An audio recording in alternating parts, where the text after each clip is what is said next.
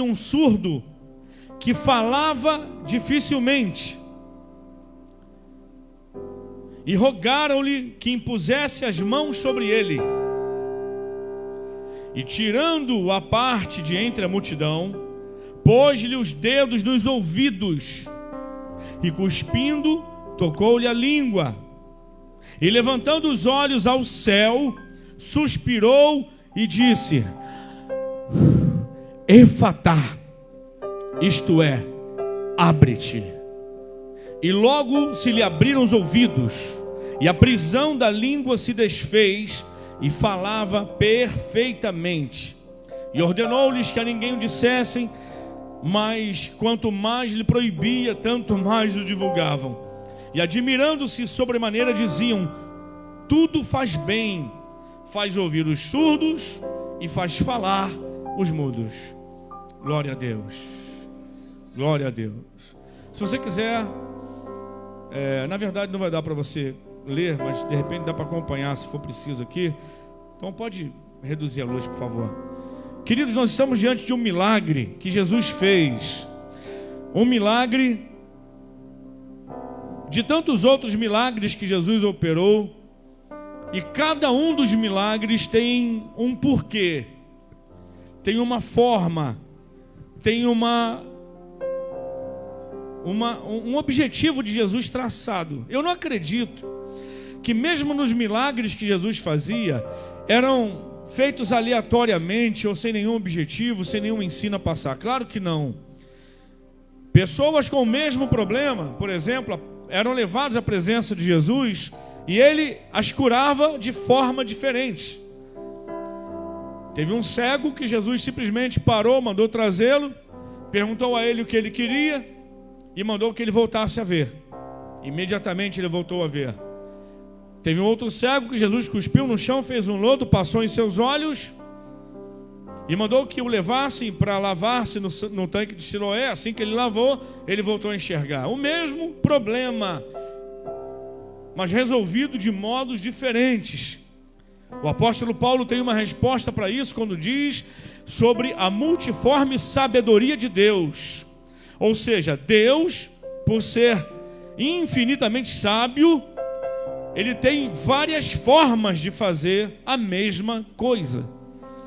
Então não queira, por exemplo, que Deus faça na sua vida e resolva na sua vida um problema que você tem parecido com alguém que já teve, que Jesus tratou de uma forma. E aí você, não, já descobri a forma que Deus faz. Nós nunca sabemos qual é a forma que ele vai agir. E aí trazem para Jesus um homem. E esse homem, verso 32, era um homem surdo, que falava com dificuldades. Porque é assim que a gente entende. Uma pessoa surda, ela simplesmente não fala, ou ela emite sons difíceis de você achar alguma conexão. Quando a pessoa não é totalmente surda, mas ela é gravemente surda, tem pouca audição, ela formula algumas palavras, algumas frases, mas o negócio é meio complicado de entender. E aí, para esse evento, vem um homem, que a gente não sabe a idade, mas vem um homem que era surdo, diz a Bíblia, que ele falava dificilmente. E é engraçado que, antes de falar sobre ele, trouxeram esse homem para Jesus e no final do verso 32 rogaram-lhe dizendo: Senhor, impõe as mãos sobre ele e cure. Já vieram com a receita, irmãos. Já vieram com o modo. Senhor, a gente está vendo o Senhor colocar a mão sobre um monte de gente aí e os curar. Então a gente já sabe como é que o Senhor faz. Então olha, está aqui o homem. Por que o Senhor não vem, coloca logo a mão sobre ele e resolve o problema dele e o cura? Coloque a mão sobre ele e o cure.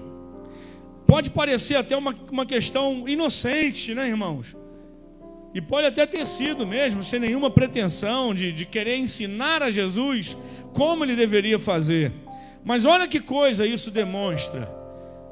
Que a gente cria uma forma na nossa mente, a gente cria uma imagem, a gente cria um modelo E a gente quer que Jesus, ou espera que Jesus faça daquele jeito. Só que Deus tem o seu jeito adaptado para cada uma das nossas realidades. Eu tenho certeza que Deus fala com você e age com você de uma forma que não tem que ser exatamente a forma como Deus fala e age comigo, com o Flávio, com o Tiago, com a Ângela, Não, irmãos. Deus conhece a nossa estrutura. Deus conhece o nosso eu, porque Ele nos fez. Deus conhece a nossa maneira, a nossa necessidade, e Ele sabe o propósito que Ele tem. Então a primeira coisa que eu quero te falar dentro desse texto é que você não tem que ficar preocupado de por que na minha vida não é assim. Eu vejo o Senhor fazer tal coisa na vida de todo mundo, mas na minha vida não acontece assim. Por quê? E a gente começa a julgar. Por que a vida das pessoas lá na igreja ou em outras igrejas é mais fácil para elas do que é para mim? Para mim é tudo mais difícil. E a gente quer comparar o jeito de Deus fazer lá com o jeito de Deus fazer aqui.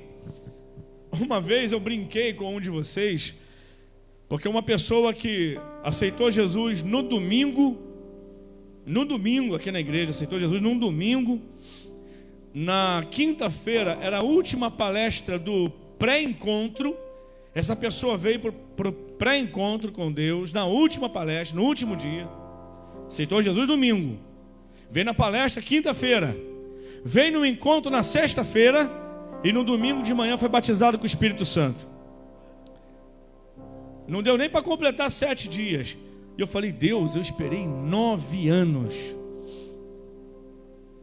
Rapaz, ou eu não tinha fé nenhuma, ou essa pessoa tem muita fé, ou o Senhor está de marcação comigo.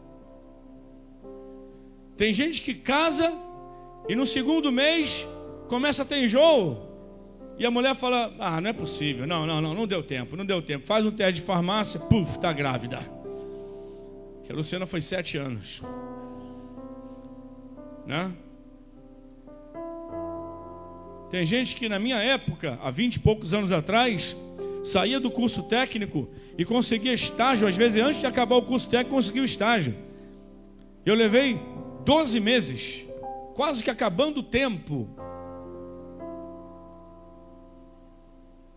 Na última semana do concurso, você entende? Sempre eu poderia chegar para Deus e falar: Senhor, não é possível. Para o Humberto é mais fácil, para a Heloísa é mais fácil. Você está de marcação comigo?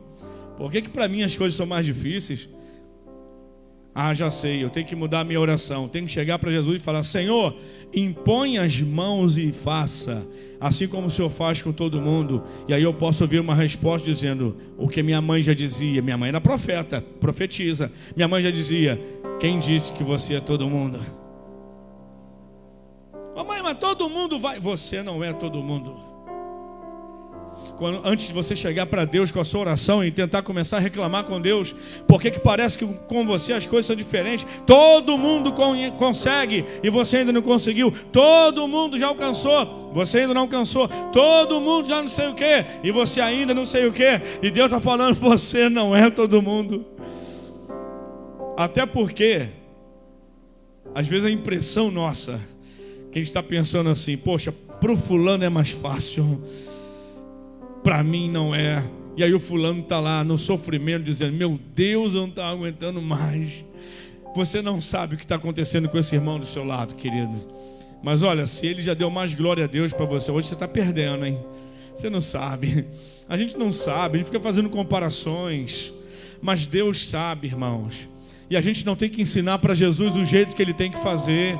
A gente não tem que ensinar para Jesus o que Ele tem que falar, da forma que Ele tem que falar, o jeito que Ele tem que fazer. Ele sabe, Ele nos conhece. A sua sabedoria é multiforme. Hoje Deus já traçou um projeto. Hoje Deus já escreveu uma frase. Hoje Deus já preparou uma palavra. Hoje Deus já endireitou um caminho. Hoje Deus já criou uma reta.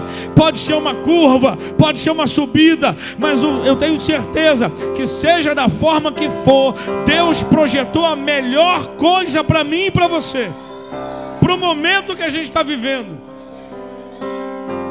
quiseram ensinar para Jesus. Senhor, vai lá, impõe as mãos sobre ele e o cura. Sabe o que Jesus fez? Pegou ele, tirou dali. Olha o que diz o versículo 33. E tirando a parte entre a multidão.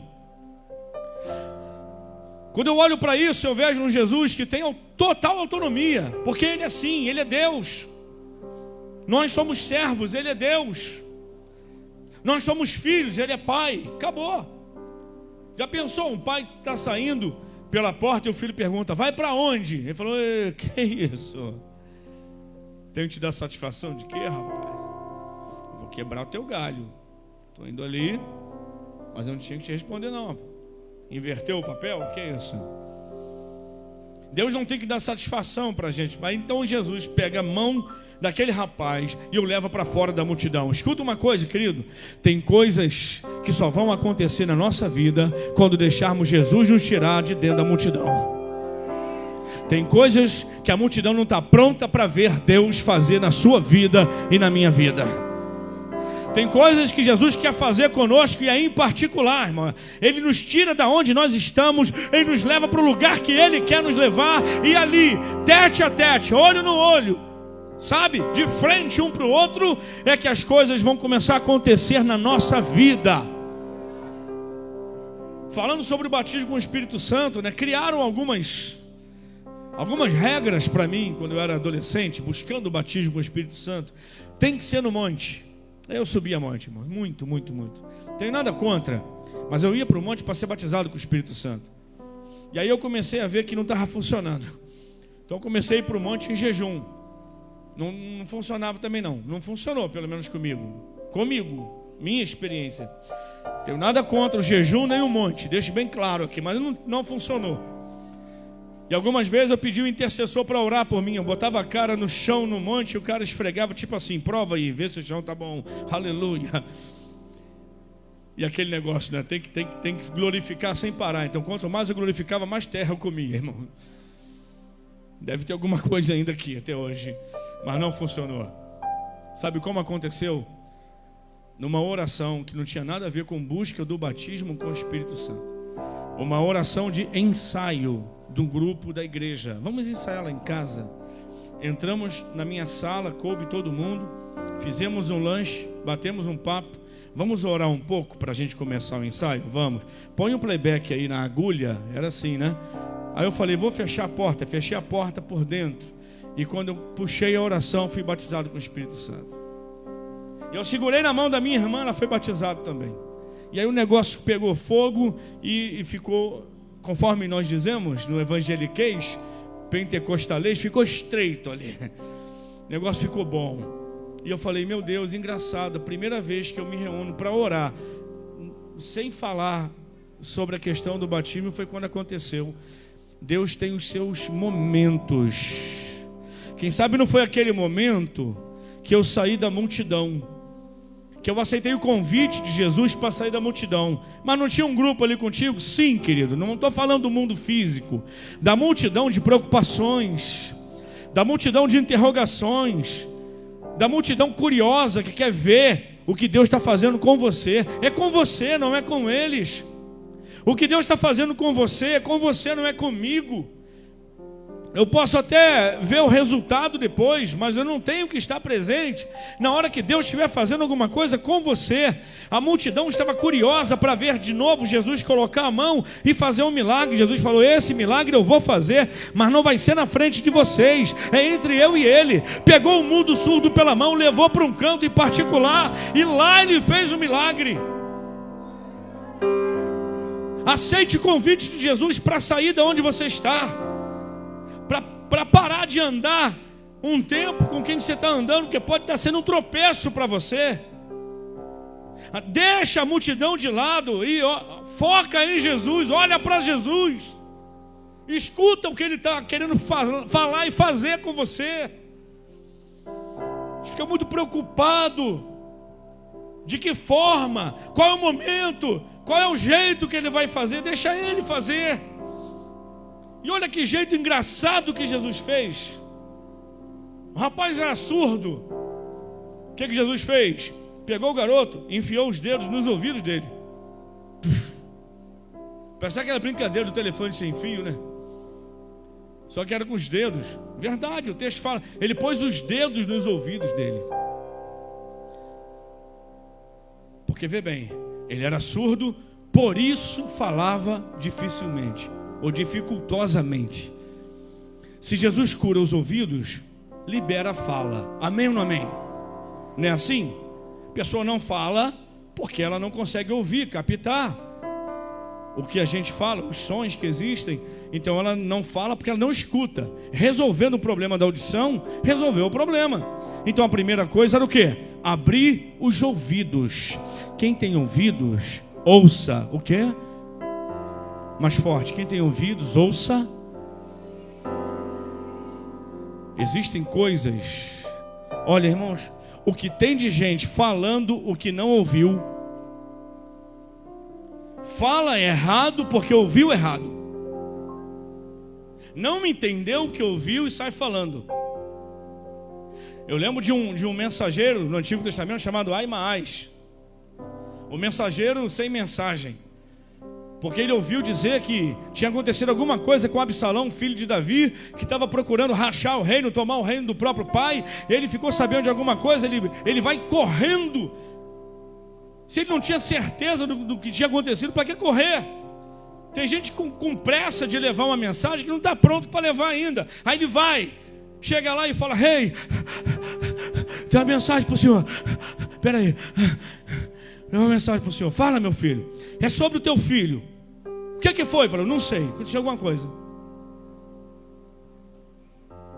Sabia, mano, não tinha mensagem para dar.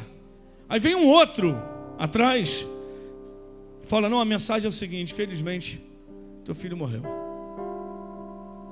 Preste atenção, queridos. Tem gente que fala errado porque ouve errado, né? A gente tem casos na família, fala errado porque ouve errado, ouve mal, não consegue juntar as palavras. Você sabia que muitas heresias, na verdade, elas nascem na melhor das intenções? É na melhor das intenções que nascem as heresias que dão origem às seitas. Por quê? Porque o cara acha que é aquilo. Então Joseph Smith ouve, vê um anjo que desce e entrega para ele uma mensagem diferenciada, como se fosse um outro evangelho. Pronto, começa uma nova história. Quando Gálatas fala: se eu, ou até mesmo o anjo do céu, descer com outro evangelho, seja maldito. E aí as pessoas entendem. Quantas religiões, até chamadas pseudo-cristãs ou até cristãs, já marcaram datas da volta de Jesus de um século para cá, já erraram um montão de vezes. Ouvem mal e falam mal. Para se falar perfeitamente, tem que se ouvir perfeitamente. Então por isso que o conselho bíblico é: quem tem ouvidos, ouça o que o Espírito diz às igrejas. Por quê? Porque o que o Espírito diz não engana. O que o Espírito fala não há dúvida, não deixa engano, não deixa temor, não deixa erro. O que o Espírito fala é a verdade. Jesus o chama de o Espírito da verdade, que o Pai enviará, que habita convosco e estará em vós, o Espírito da verdade. Irmãos, a igreja precisa dialogar com o Espírito Santo. Apocalipse 22, o Espírito e a noiva dizem: vem. E quem ouve, que é o noivo, responde: vem. Escuta, o Espírito e a noiva falando a mesma coisa. Por quê? Porque a noiva vai dizer o que o Espírito fala a partir do momento que ela ouvir o que o Espírito tem para dizer. Tem muita gente se enganando por aí, falando coisa que não é o Espírito que falou. Eu não sei o que falaram para você. Se é que teu coração está em dúvida a respeito das promessas de Deus para a tua vida, saiba de uma coisa: o Deus da promessa não se engana. Então cuidado com as interpretações daquilo que o próprio Deus falou, se é que foi Deus que falou. Deus deu um caminho para Israel, dizendo: tudo que um profeta disser em meu nome, diz o Senhor, se aquilo acontecer, fui eu quem falei, porque eu não minto. Agora, se falar em meu nome e não acontecer, não fui eu que falei, não vai acontecer, mas eu vou cobrar daquele que falou. O que Jesus fez foi abrir os ouvidos daquele menino, daquele rapaz, daquele homem. Ele põe os dedos nos ouvidos, porque se destapar os ouvidos, aí conseguiremos ouvir perfeitamente, né? Se aquele homem tivesse os ouvidos abertos, ele começaria a ouvir os sons da natureza, as palavras das pessoas, o som desse teclado. Ele ouviria tudo e ele poderia começar a montar as palavras e as frases, e a sua fala ia ser aperfeiçoada. E aí o que Jesus faz? Põe os dedos no ouvido e diz uma palavra: Efatá. Efatá. Abre-te. Abre-te. Quando Jesus fala para abrir, não tem jeito. Porque a Bíblia fala que quando tem uma porta fechada, que ele decide abrir, não há porta fechada que permaneça fechada, porque a porta que ele abre vai permanecer aberta até a hora que ele der a palavra contrária. Se depois ele falar fecha, fechou, aí ninguém abre. Mas a partir do momento que ele falar abre, vai abrir. E não podia ser diferente quando Jesus fala Efatá, que é do aramaico abre-te. Os ouvidos dele se abriram. Eu quero dizer para você essa noite, querido, eu não sei em que porta está fechada. Se pode ser inclusive parecido com esse rapaz. Se você não consegue mais ouvir a voz de Deus, a direção de Deus, se você não consegue mais entender os propósitos de Deus para você, se é a esquerda, se é a direita, meu Deus, é para noivar, é para casar, é o que eu faço? Se é seu caso, se eu compro uma bicicleta. Parece que tudo que você coloca a mão, por mais esforço que você faça, está emperrado. Mas nessa noite o Senhor diz Efatá. Se Deus olhar para você hoje e disser abre-te, tudo se abrirá, meu irmão. Se Deus olhar para o teu negócio hoje e disser abre-te, prepara, porque amanhã vai fazer uma fila na frente lá para comprar. Se Deus olhar para você e falar chegou o tempo de eu abrir as coisas na tua vida, se prepara para viver o melhor tempo da sua história. Se Deus hoje falar abre-te, e você está orando por dons espirituais, se prepara para começar a profetizar até na hora que você não quiser, a começar a ver o mundo espiritual até quando você achou que não tinha nada para ver. Se prepara para as coisas começarem a acontecer. Tem gente aqui pedindo a Deus: eu queria pregar a palavra, mas eu não sei pregar. Se Jesus olhar para você hoje e falar abre-te, tu vai começar a pregar.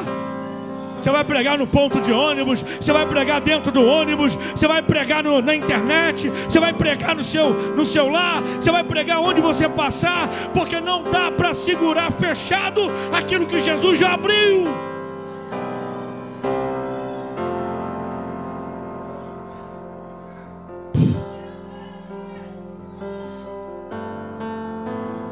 Ele respira, ele suspira, diz o texto.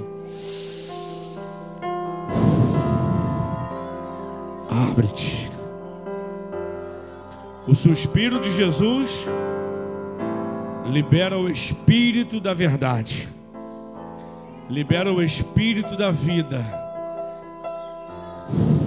O nosso suspirar faz parte apenas de uma respiração profunda, mas o suspirar de Jesus é a liberação de vida, porque vida é movimento e vento é o ar que se movimenta. E na Bíblia o ar, pneuma de Deus, é o Espírito Santo. O Espírito Santo quer soprar sobre a tua vida o abre-te de Deus hoje.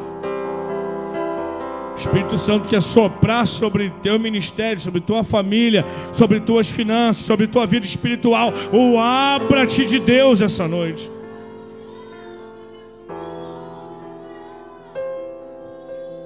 A última coisa que eu quero falar para orar com vocês já aqui. Que horas tem, amado? A última coisa que eu quero falar é que ao abrir apenas os ouvidos daquele homem, já resolveria, mas resolveria a médio e longo prazo. Porque agora ele já ouviria perfeitamente, ele teria que ouvir as palavras das pessoas e começar a montar as primeiras palavras, as primeiras frases, para depois de algumas semanas, quem sabe, ele estar falando. Só que quando Deus quer, aquilo que a gente pensou que ia demorar semanas, meses e anos, Ele acelera o processo e resolve na hora.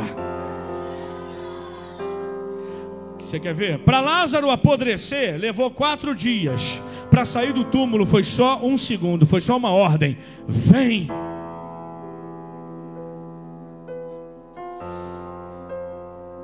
Jesus ficou 3 dias dentro do túmulo. Seria o mesmo processo. Quando chegaram lá, ele já tinha se antecipado. Demoraram a vir. O anjo já tirou a pedra e ele já saiu. Tem coisas na tua vida que, se você olhar hoje e falar: meu Deus, se Deus abrir hoje, vai ser uma maravilha. Mas mesmo assim, eu vou levar 6 meses, 1 ano, 2 meses, 3 semanas, 2 dias, 5 dias, 3 anos para chegar onde eu quero. Depende, porque Jesus abriu os ouvidos e, vendo que o garoto ia levar um tempo para começar a falar, ele falou: quer saber? A saliva de Jesus na língua daquele rapaz, ele estava dizendo: eu tiro o que é meu e coloco em você. Ele tira a saliva dele e coloca na língua do rapaz. E ele imediatamente, olha o que está dizendo aqui o versículo 35: e logo se lhe abriram os ouvidos, e a prisão da língua se desfez, e falava perfeitamente. Ele nunca tinha falado, falava muito mal, com dificuldade, mas a partir daquele momento ele começou a falar perfeitamente. Hoje, se Jesus quiser, se ele hoje chegar diante de você, meu irmão, e ele determinar o fôlego do Espírito, dizendo: abre-te, o que você não conseguia fazer direito, você vai passar a fazer direito. O que você não tinha habilidade para fazer, você vai passar a ter habilidade. O que você não conseguia realizar, você vai começar a realizar. O que você nunca imaginou que ia conseguir fazer, você vai passar a conseguir fazer.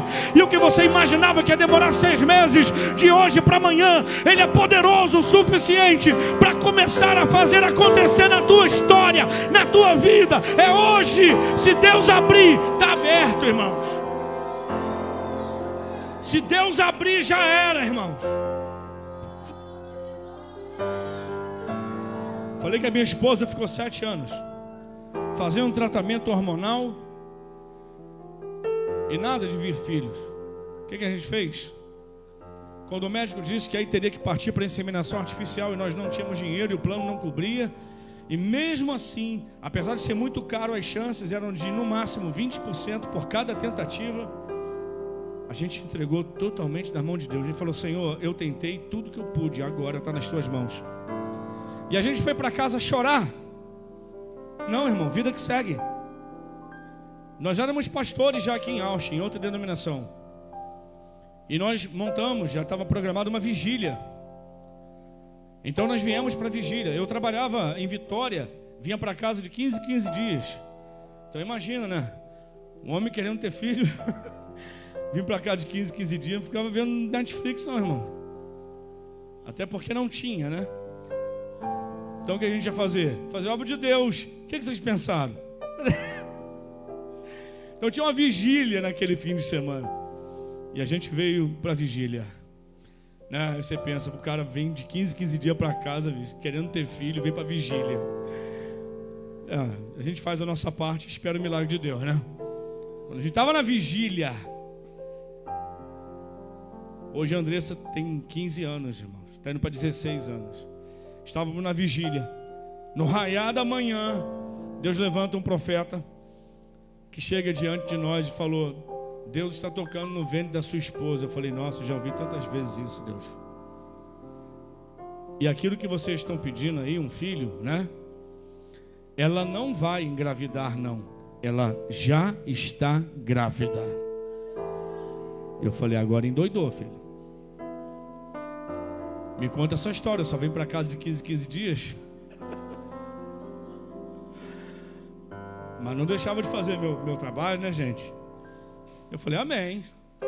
Se já tá, né? Isso foi de sexta para sábado. Aí domingo eu estava aqui, segunda-feira, Vitória. A Vitória, irmão. Tá esperando bênção? Vai para Vitória. Do Espírito Santo. No meio da semana minha esposa me liga, chorando, dizendo que o resultado deu positivo. Eu fiquei doido, irmãos. Como é que é? Tô grávida. E eu falei, não, eu tenho que voltar. Aí eu liguei pro meu chefe, falei, cara, eu tenho que voltar. Ele falou, só na sua folga. Esperei quase uma semana ainda para chegar no dia da folga lá e vim embora.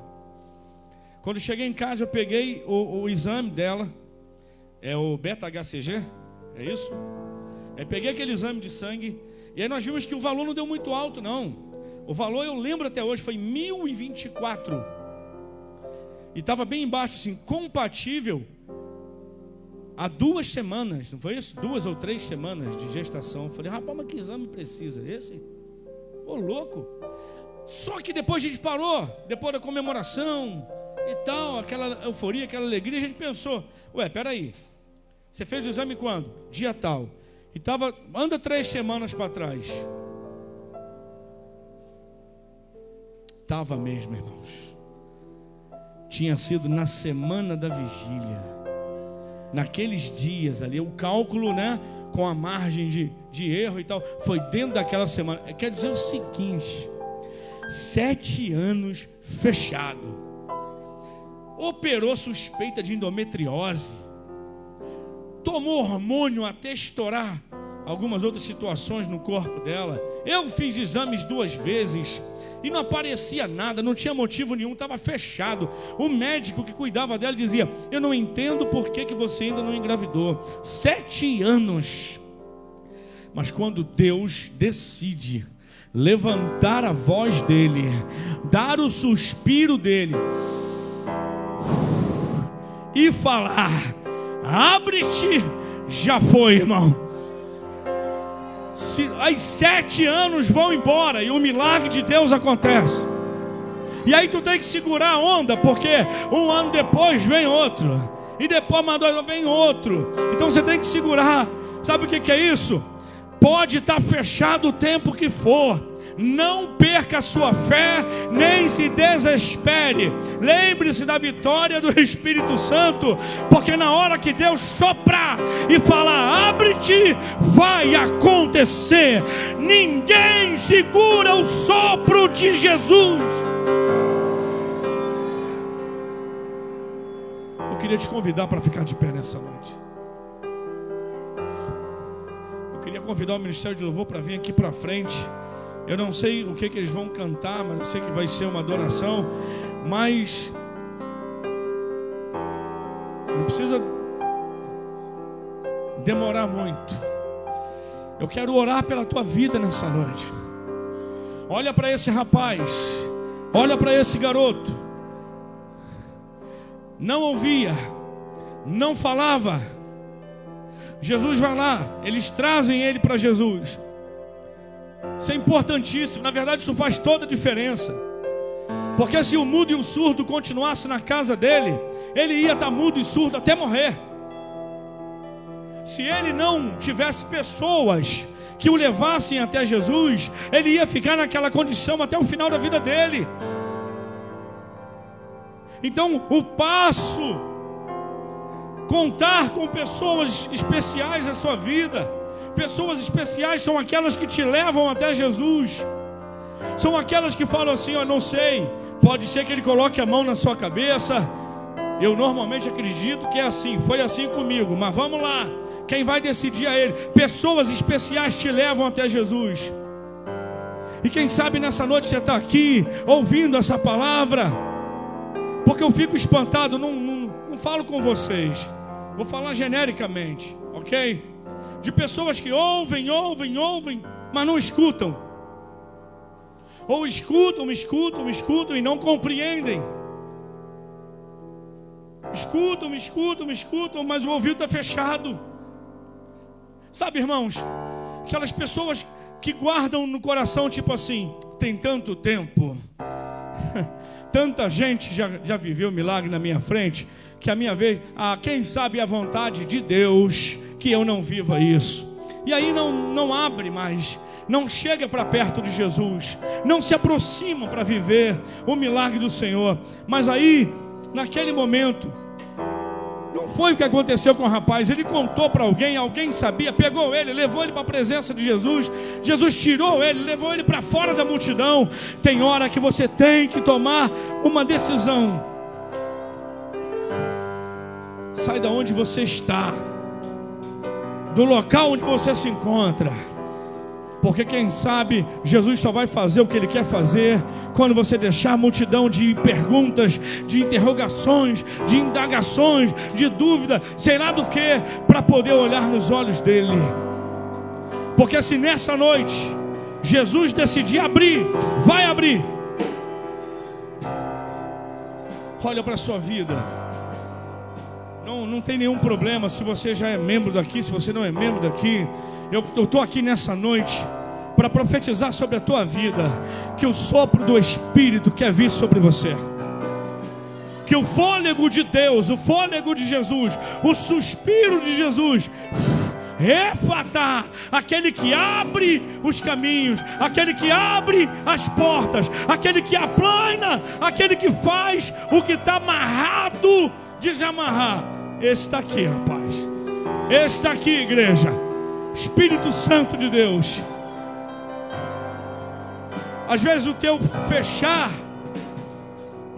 não diz respeito a um pecado que você que não confessou, nem diz respeito a uma amarra espiritual, que é um caso de libertação. Às vezes é apenas algo que não aconteceu, que ainda não fluiu, que ainda não rompeu. E você está vendo 2020 passar como se fosse 2019, e na tua mente, no seu coração, já tem aquele sentimento assim: mais um ano está indo embora, e eu ainda não estou vendo nenhum sinal daquilo que eu desejo viver. Pois se nessa noite o efatá de Deus soprar sobre você, segura. Se nessa noite Jesus disser efatá, vai abrir. Se abrir, ninguém vai segurar você. Eu queria que você, antes de eu te fazer um pedido, você fosse a 2 ou 3 ou até 4 pessoas e profetizasse